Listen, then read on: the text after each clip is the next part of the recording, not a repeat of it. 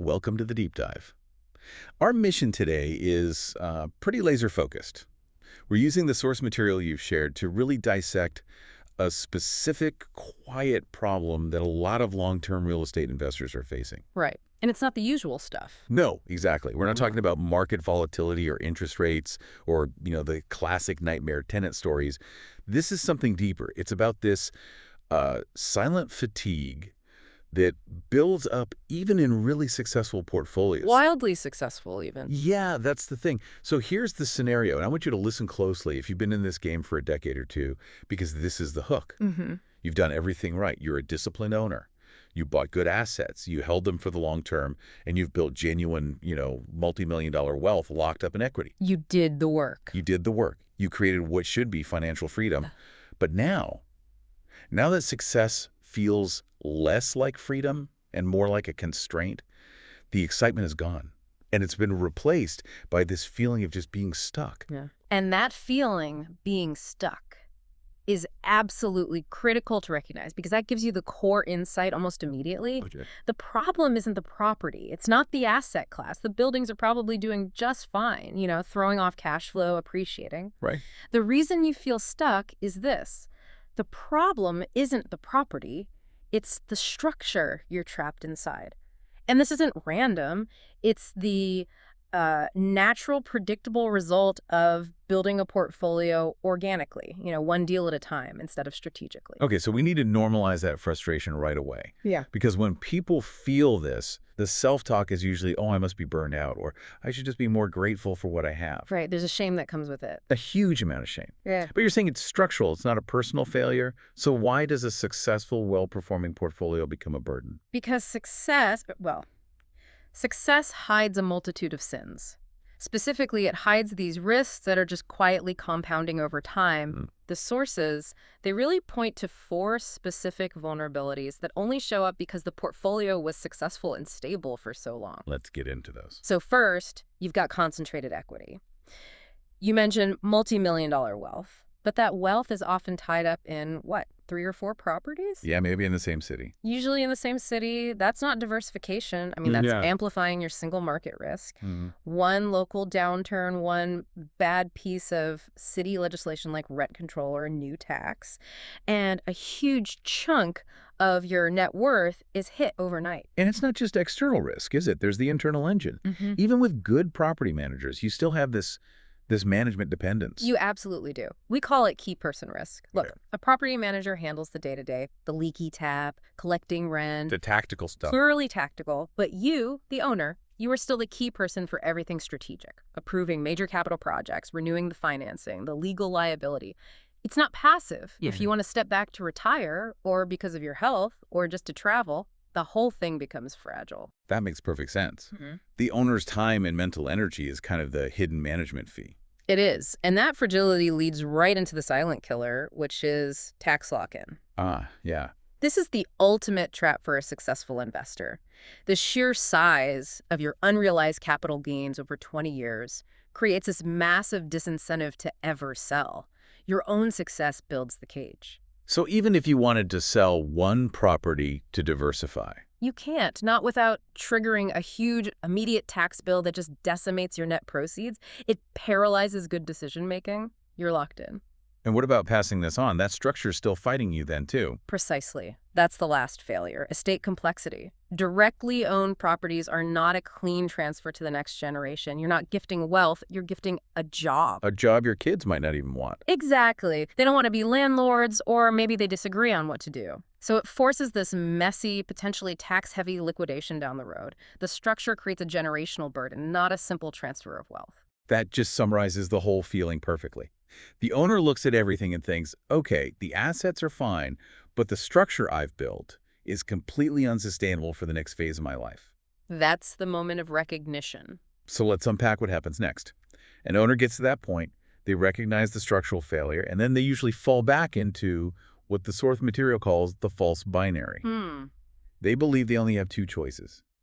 I hold on forever and just deal with this burden, or I sell and get absolutely crushed by taxes.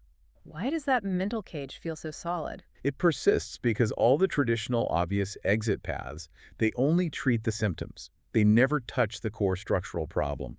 You're basically using tactical tools for a strategic issue. So let's look at them. First, selling outright. The benefit is obvious, right? Yeah. Instant cash, zero responsibility. But the cost, financially and emotionally, it's brutal. You trigger tax on all your gains, which just shrinks your net worth instantly. And if you actually believe in real estate as an asset class, Which you clearly do after 20 years. Of course. Selling forces you out of the asset class entirely. It's not a successful transition, it's a strategic failure.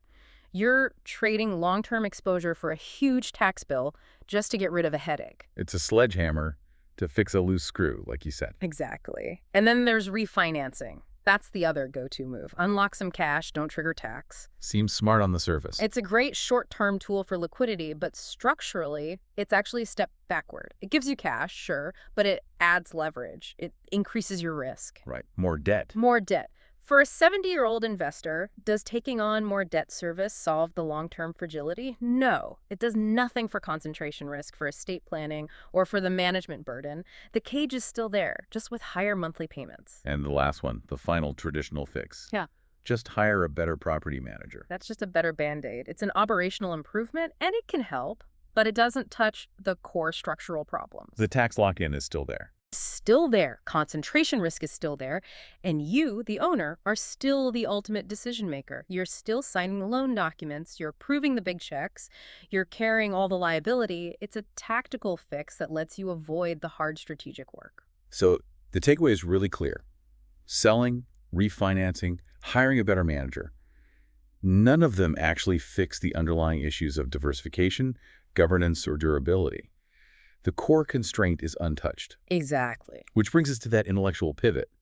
If you can't hold forever in this fragile structure, and you can't afford to sell, there has to be another category of solution. There is. The sources talk about a class of transitions where, and I like this phrasing, ownership changes form, not outcome. You move from property ownership to platform ownership, and this is where the idea of a roll-in comes into play. That phrase, change of form, not outcome, is so important. We're not talking about a specific product here. We're defining a whole category of structural solutions. So what is a roll-in, conceptually? Yeah. A roll-in is the contribution of an existing property into a pooled investment fund, usually a limited partnership. Instead of getting cash from a sale, the owner gets units or shares in that fund. So your equity doesn't get liquidated, it just transforms.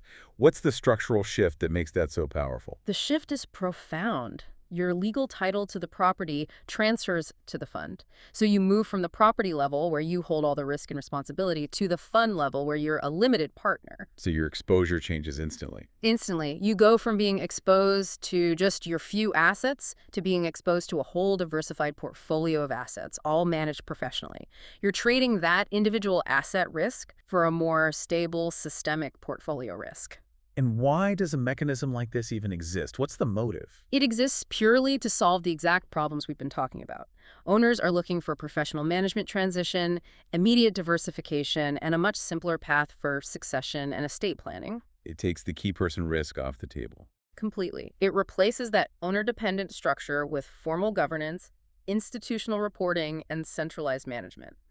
And here is the critical incentive, especially for those long-term holders stuck with that tax problem. A tax deferral. Yes.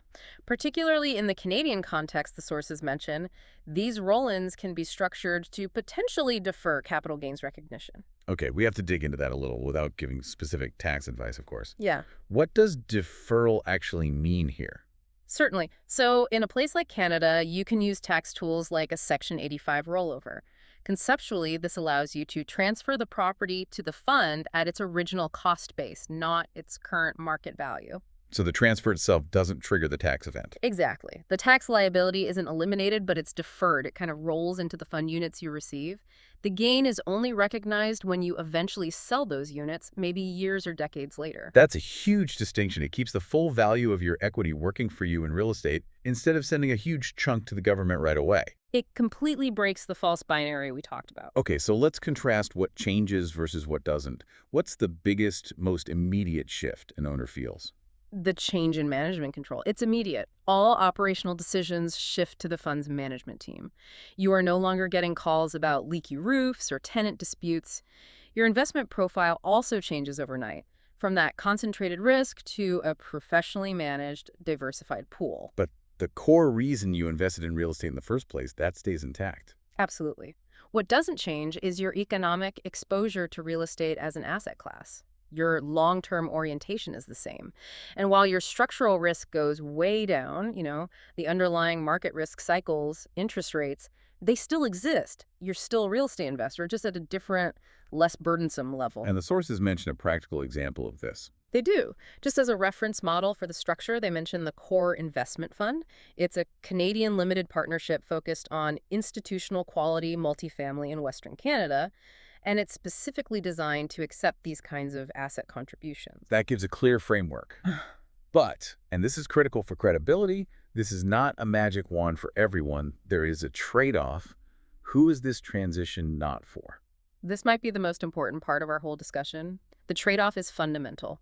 You exchange total autonomy and direct control for diversification and simplicity. If you can't psychologically let go of making every single decision, this is not for you. So who does it work for then? Who's the ideal fit? It's typically for long-term holders who want to hand off the management burden but keep their exposure to real estate. It's for owners of high-quality, stable assets that would fit into an institutional portfolio. And maybe most of all, it's for owners who are really focused on succession planning or resolving messy partnerships. They're sophisticated enough to understand and be comfortable with a fund structure. Okay, so who should turn around and walk away immediately? Anyone who needs liquidity. This is non-negotiable. A roll-in is not a liquidity event. Fund units are illiquid.